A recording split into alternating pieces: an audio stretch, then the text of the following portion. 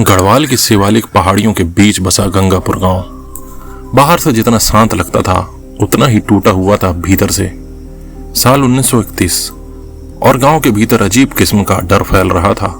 ऐसा डर जो आंखों से नहीं सांसों से महसूस होता था। हरीश, उम्र कोई 22 साल, जवान और ताकतवर लड़का, रोज की तरह जंगल गया था मवेशियों के साथ सुबह 9 बजे, लेकिन शाम 6 बजे तक नहीं लौटा। उसकी मां ने कहा वो कभी देर नहीं करता। गांव के आदमी टार्च और लाठी लेकर निकले। करीब 2 किलोमीटर दूर एक पगडंडी के किनारे उन्हें एक टूटे हुए घड़े की आवाज सुनाई दी और फिर एक कपड़ा खून से सना हुआ। हरीश की लाश वहीं थी, अधखाई, आंखें खुली थी और शरीर का निचला हिस्सा गायब। उसकी गर्दन इतनी सफाई से टूटी थी जैसे कोई कसाई चाकू से काटता है, और वहां के मिट्टी में जो पंजों के निशान थे वो किसी सामान्य बाघ के नहीं हो सकते थे। गांव की औरतों ने बच्चों को घरों में बंद कर लिया। आदमी अब दिन में भी जंगल जाने से डरते थे। लोगों का कहना था ये कोई साधारण बाघ नहीं, खुखार आत्मा है जो इंसानों का खून पीती है। पुराने लोग कहते थे कि 40 साल पहले भी ऐसा बाघ आया था और तब भी 18 लोग मारे गए थे। सरकार ने मदद के लिए मुझे बुलाया। मैं जयवर्धन सिंह, पहाड़ों में पगमार्ग पड़ने वाला शिकारी। मैं जानता था ये कोई सामान्य शिकार नहीं होगा। शिकार एक कला है, लेकिन जब शिकारी और शिकार दोनों इंसान जैसे सोचने लगे तो फिर बात सिर्फ जानवर मारने की नहीं रहती। हरीश की मौत ने गंगापुर को अंदर तक हिला दिया था, लेकिन असली डर तब शुरू हुआ जब दूसरी मौत हुई और फिर तीसरी और फिर चौथी। मौत अब किसी एक आदमी की नहीं रही थी, वो एक आदत बन रही थी, एक दिनचर्या। गोमती, 40 साल की एक महिला, रोज की तरह सुबह लकड़ियां काटने जंगल गई थी। उसके साथ 2 और औरतें थीं, लेकिन 11 बजे तक जब वो लौटी नहीं तो चिंता हुई। उन दोनों औरतों ने बताया कि गोमती थोड़ा पीछे रह गई थी, फिर अचानक झाड़ियों में हलचल हुई और उसके बाद सन्नाटा। वो दोनों चीखीं, भागी, लेकिन गोमती का कहीं कोई पता नहीं चला। सिर्फ एक लाल रंग की साड़ी का टुकड़ा मिला और एक टूटा हुआ कांसे का कड़ा। उस जगह फिर वही पंजों के निशान थे, लेकिन इस बार पंजों के आसपास इंसानी खून की गंध बहुत गाढ़ी थी। अब गांव की औरतें बच्चों को दोपहर में ही सुलाने लगी थीं। खेत सूने हो गए थे, मंदिर के घंटे बंद हो गए थे। गाय रात को अपने आप बाड़े से बाहर भागने लगीं, जैसे उन्हें भी उस डर की आहट सुनाई दे रही हो। औरतें छतों पर जाकर पहरेदारी करती और रात में अगर कोई पत्ता भी खड़खड़ाता तो घरों में दिए बुझा दिए जाते। पंचायत बुलाई गई और गांव के बुजुर्ग गंगाराम बोले, हमें बाहर से शिकारी बुलाना होगा, अब ये बाघ हमारे बस का नहीं। लोगों ने मुझे पत्र लिखा और मैं 2 दिन में गंगमपुर की ओर प्रस्थान किया। जब मैं गांव पहुंचा तो पहली बार किसी गांव को अपनी आत्मा तक खाली देखा। बच्चों की हंसी नहीं थी, मवेशियों की घंटियां नहीं थीं, और लोगों की आंखों में सिर्फ एक सवाल था कि यह शिकारी हमारे बच्चों को बचा पाएगा। मैंने गांव से थोड़ा दूर एक पगडंडी पर मचान बनवाया और वहीं एक बकरी को बांध दिया। रात को मैं अपने बंदूक के साथ ऊपर चढ़ गया। रात काली थी, हवा भी चुप थी, जैसे जंगल खुद सांस रोक कर देख रहा हो। रात को करीब 2 बज रहे थे, तभी झाड़ियों में हलचल हुई। बकरी एकदम सन्न हो गई और मेरी उंगलियां ट्रिगर पर कस गईं। फिर मैंने उसे देखा। झाड़ियों के पार 2 पीली आंखें मुझे घूर रही थीं। वो आंखें बाघ की थीं, लेकिन वैसी नहीं जैसी मैं जानता था।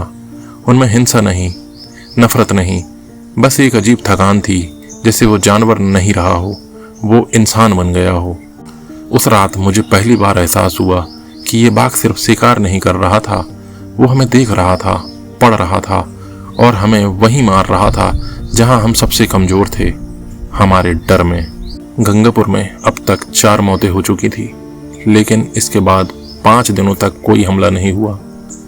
पहाड़ी गांवों में ये एक अजीब बात थी, क्योंकि एक बार जब कोई बाघ आदमखोर बन जाता है तो उसका भूख का चक्र भी बदल जाता है। हर तीसरे या चौथे दिन उसे इंसानी खून चाहिए होता है। पर यहाँ सन्नाटा था, एक ऐसा सन्नाटा जो चीख रहा था कि अगला हमला अब और भी भयानक होगा। मैंने अब तक की चारों घटनाओं को एक नक्शे पर चिन्हित किया। हर हमला पानी के स्रोत के पास हुआ था। पहला गांव के उत्तर की नदी किनारे, दूसरा तालाब, तीसरा नाले के पास और चौथा घाटी के नीचे की जलधारा पर। इस बाघ की आदतें अलग थीं। यह शिकार नहीं ढूंढता या जगह चुनता है। उसने इंसानों की आदतों को पढ़ लिया था। कब कौन लड़की लकड़ियां लेने जाएगी, कौन किसान किस खेत में जाएगा, वो हर एक को देख रहा था और शायद हमसे ज्यादा समझदार हो गया था।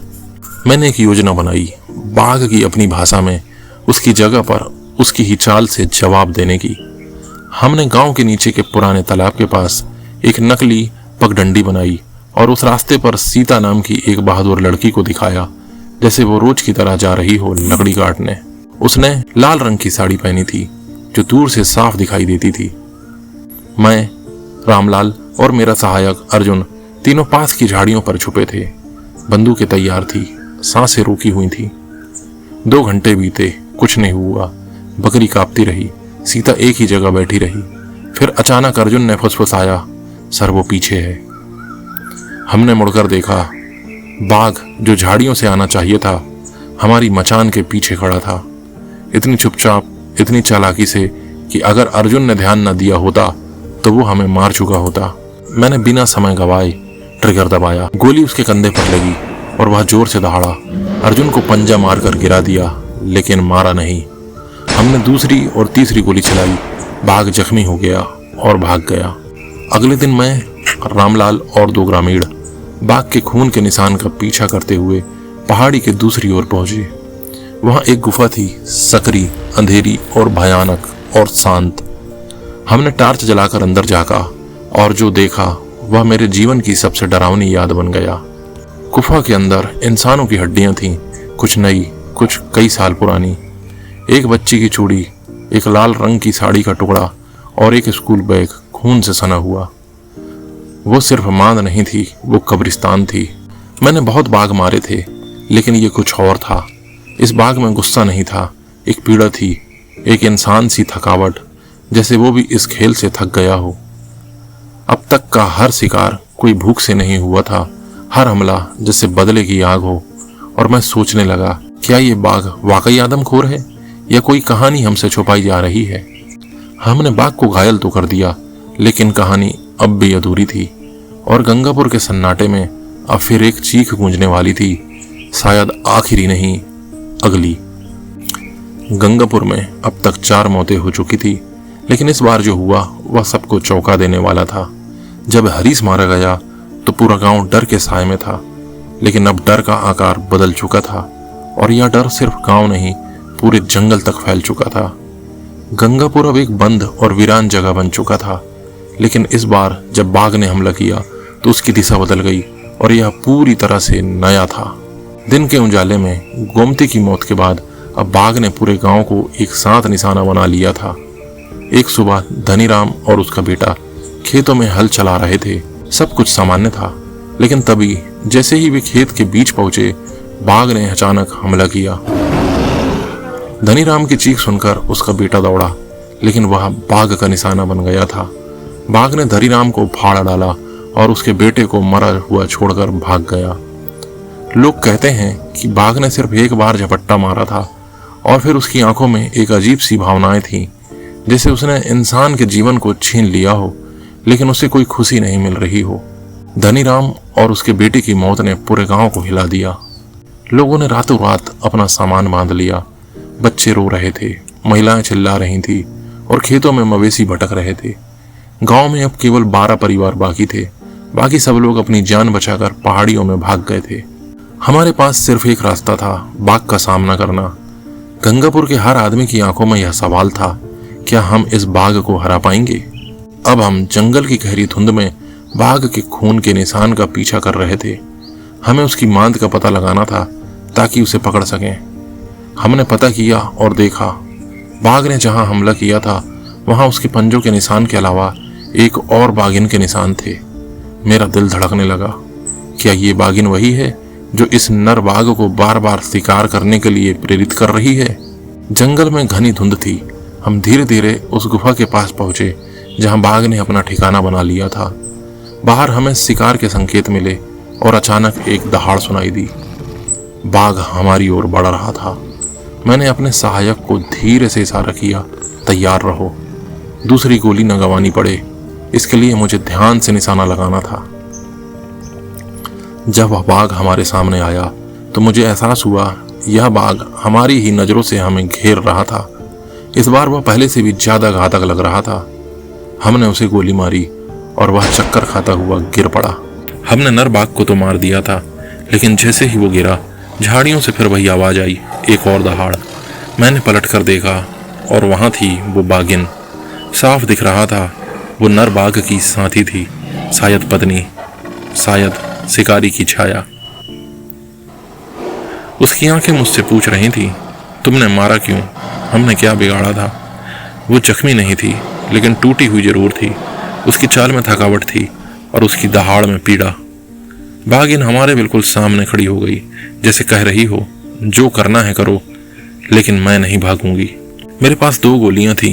मैंने पहली चलाई, बाघिन के कंधे पर लगी। वो एक बार चौंकी, लेकिन भागी नहीं। दूसरी गोली उसके दिल के पास लगी और वो वहीं ढेर हो गई। कहीं कोई चीख नहीं, कोई झपट्टा नहीं, सिर्फ एक शांत मृत्यु। गांव के सबसे बुजुर्ग आदमी गंगाराम ने कहा, ये वही बाघिन है जो 3 साल पहले यहाँ दिखी थी। उसने 3 सावकों को जन्म दिया था, लेकिन 2 को शिकारियों ने मार दिया।